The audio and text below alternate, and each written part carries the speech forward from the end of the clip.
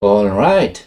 What happens when a prominent financial commentator goes live on X and announces they just bought more XRP, claiming a $10 target is right around the corner? You get an absolute civil war in the comment section for that. As the title of our news from here, from Times Tabloid, it says Pundit just bought $200 XRP, says price will hit $10 soon. XRP Army reacts. All right. While the broader crypto market is dealing with intense volatility this June, the debate around what counts as a realistic price target is heating up. Some people are losing patience because they haven't seen an overnight 1000% pump, while others are quietly stacking more tokens every time the price drops a few cents.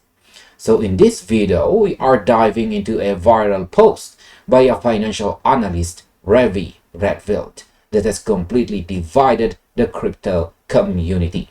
We will break down exactly what he said, how the community responded, and evaluate whether a move to double digits is a realistic scenario or just pure optimism during a market pullback. But before that, let's check XRP's daily chart time frame right here. And as we can see, the current market price of XRP is at 1.15. And here on our chart, my analysis is that I think XRP will consolidate between our resistance right here at 1.2234 and a minor support at 1.0897. So we can see this minor support here at 1.0897 has been formed due to the rejections of our candlestick right here that has been formed on June 5 until June 7. All right. And aside from that, our indicator are showing some weakness starting. The bearish momentum starts to get weakens. All right. Now let's go back to our news. So why did a $200 XRP purchase set social media on fire? Right? The discussion kicked off when financial commentator Levi Rietveld shared his latest investment move here on X. He bluntly announced that he purchased an additional $200 worth of XRP, confidently stating that the asset should hit $10 soon. He didn't provide a massive 50-page breakdown of why it would happen.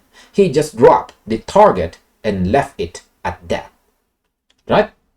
So in my opinion, when you look at this move from a strategic standpoint, the dollar amount isn't what matters. It's the psychological timing.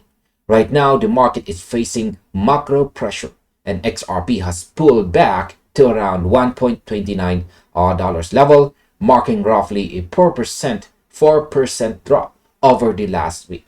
So as a market observer, I see this $200 purchase as a classic example of a dollar cost averaging. When the sentiment is low, active participants use small, consistent buys to build up their positions. The $10 target might sound aggressive given the current price action, but it shows that the underlying confidence among major commentators hasn't shifted just because the weekly chart is red. All right, now, are retail investors setting themselves up for frustrations? As soon as the post went live, community members rushed to share their own perspectives. And a user named Michael Upton, right here, let's highlight. Michael Upton pointed out a huge problem in retail psychology. He argued that many investors appear frustrated because they entered the market expecting immediate astronomical returns, like a 1000% rally in a matter of days. He advised that patience is a requirement, not an option, and even brought up the structural importance of the ISO 222 compliance and storing assets off ledger. I completely agree with this view. The biggest enemy of the average investor isn't the market volatility, it's their own expectations. People see historical charts and assume assets move in a straight line upward. In reality, the large financial infrastructure plays take time to build. As a market observer, I believe the transition to global utility systems is a long-term evolution, expecting immediate explosive gains, ignoring how institutional capital actually operates. So staying patient and securing your assets properly is what separates successful long-term holders from emotional traders. Now, the next question is a 2 to 3 month wait the most likely scenario for a breakout? Another community member named Paul right here. So let's just highlight the part. He stepped into a comment section to offer a realistic timeline. While he congratulated Levi on adding to his portfolio, he noted that major upward price moves rarely happen instantly. He estimated that investors might need to wait another 3 months before seeing significant cultural changes in the price trend.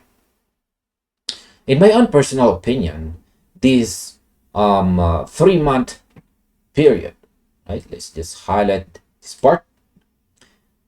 This 3-month outlook aligns perfectly with what we are observing across the broader financial landscape. We know that massive institutional milestones are scheduled for the third quarter of this year, particularly around July and October.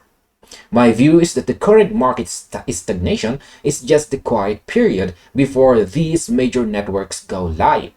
Expecting a massive breakout before the plumbing of the financial system is fully turned on doesn't make sense. A 3-month horizon gives the market exactly enough time to clear out the short-term noise and align with actual enterprise utility. Now, does buying major market downturns always pay off? Not everyone in the thread was keeping their purchases small. A user identified as Laco Quain. All right, let's highlight this part. Laco Quain shared that they had recently purchased nearly $3,000 worth of XRP during the market decline. Right? The recent market weakness. In the recent market weakness, they purchased nearly $3,000 worth of XRP. While they expressed some skepticism about a full $10 valuation in the near term, they stated that a realistic goal of doubling their investment over the next 12 months was highly achievable, describing buying major pullbacks as a very straightforward wealth strategy. Right? Now, my opinion about this is that this is exactly how smart money operates. When casual participants are panicking and selling because the asset dropped 4%, experienced observers look at the decline as a discount. Doubling your investment from these levels requires a move to roughly $2.60, which is entirely reasonable considering the previous cycle peaks. You don't need a cartoon prediction or a miracle for an asset to double when it has solid fundamental backing. Buying the blood in the streets is a timeless strategy, and seeing community members deploy thousands of dollars during a pullback confirms that accumulation is happening beneath the surface. So, what happens if the price slips below the dollar mark? Finally, a separate user named Jake right here, so let's highlight this part. He shared his entry point, revealing that he had previously picked up a block of XRP when it traded down at $1.08. he added a crucial piece to his strategy, stating that he would aggressively continue buying if the asset drops below the $1 threshold. So in my opinion, having a strict plan for different price tiers is the mark of a disciplined observer. If the price retests the $1 mark due to macroeconomic pressure or broader crypto liquidations, it shouldn't be viewed as a failure of the asset. It should be viewed as a major liquidity zone where institutional buyers are likely waiting to absorb the supply.